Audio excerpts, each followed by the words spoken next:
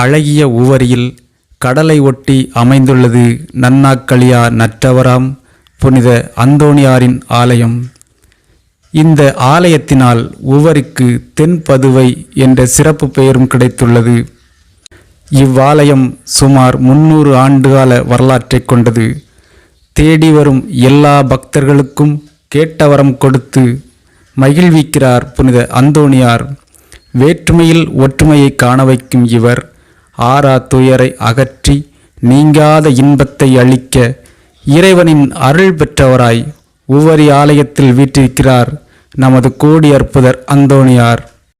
மருத்துவர்களால் கைவிடப்பட்ட நோயாளிகள், சித்தம் கலங்கியவர்கள், அலகையின் பிடியில் அகப்பட்டு அல்லல் படுவோர், பல்வேறு மன உளைச்சலில் சிக்கித் தவிப்போர் எல்லாரும் இவ்வாலயத்திற்கு வந்து புனிதரின் அருளால் சுகம் பெற்று திரும்பியுள்ளனர்.